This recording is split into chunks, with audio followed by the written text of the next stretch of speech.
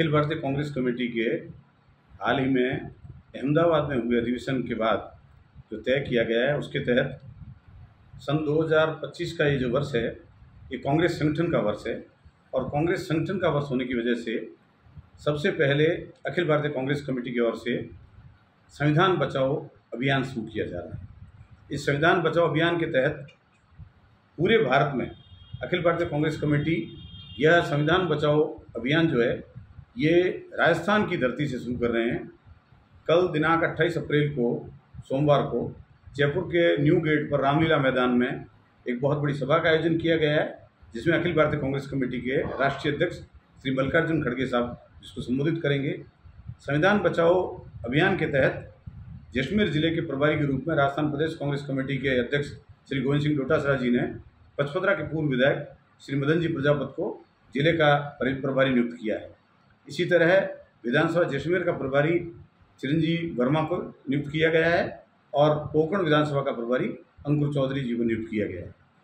चिरंजीव वर्मा जी और अंकुर चौधरी जी के साथ मदन प्रजापत जी आगामी 3 मई से 10 मई तक जिला स्तर पर संविधान बचाओ अभियान का कार्यक्रम पूरे जिले में चलाएंगे। उसके बाद में 12 मई से लेकर 20 मई तक ब्लॉक स्तर पर यह कार्यक्रम चलेगा, जिसमें ब्लॉक जैसलमेर, ब्लॉक सम, ब्लॉक पोकरण, ब्लॉक साकड़ा में आयोजित होंगे कार्यक्रम।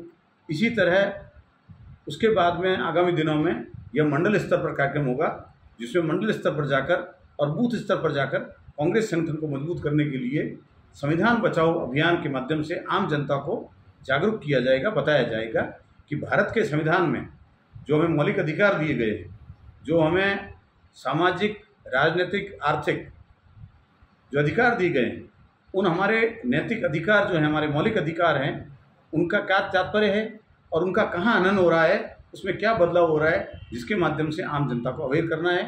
और कांग्रेस पार्टी के राष्ट्रीय अध्यक्ष श्री मल्लिकार्जुन खड़गे जी, पूर्व अध्यक्ष एवं लोकसभा में नेता प्रतिपक्ष श्री राहुल गांधी जी द्वारा जो देश में जातिगत जनगणना का अनुरोध किया गया है, आग्रह किया गया है, जो अभियान चलाया गया है, उसको भी हम गति तेज करेंगे। उसका कारण यह है कि देश में जातिगत जनगणना होना बहुत अनिवार्य है। जातिगत जनगणना किसी एक जाति को लाभ पहुंचाने के उद्देश्य से नहीं है।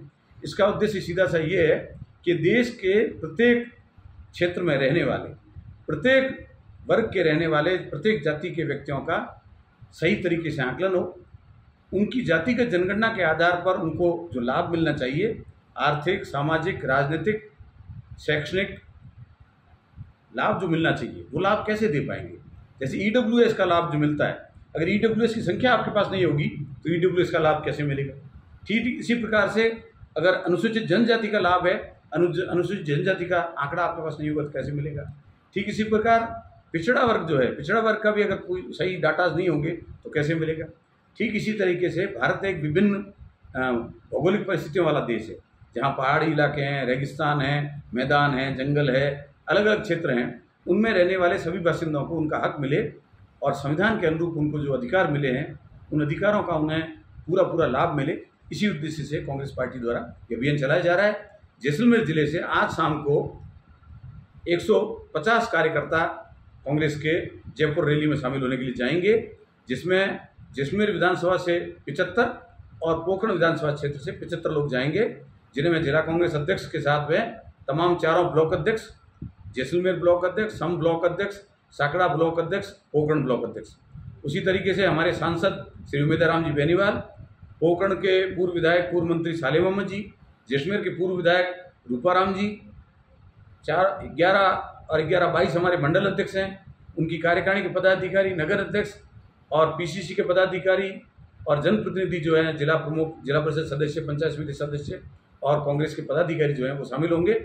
और इस रामलीला मैदान में होने वाली इस संविधान बचाओ रैली में सफलतापूर्वक आयोजन किया जाएगा। इसके पश्चात पूरे भारत में इस अभियान को शुरू किया जा रहा है। ये हमारा सौभाग्य है कि कांग्रेस के राष्ट्रीय अध्यक्ष श्री मल्लिकार्जुन खड़गे साहब, इसके लिए उन्होंने राजस्थान को चुना है और राजस्थान से संविधान बचाओ अभियान की शुरुआत की जा रही है। यह हम सभी के लिए हर्ष का विषय है।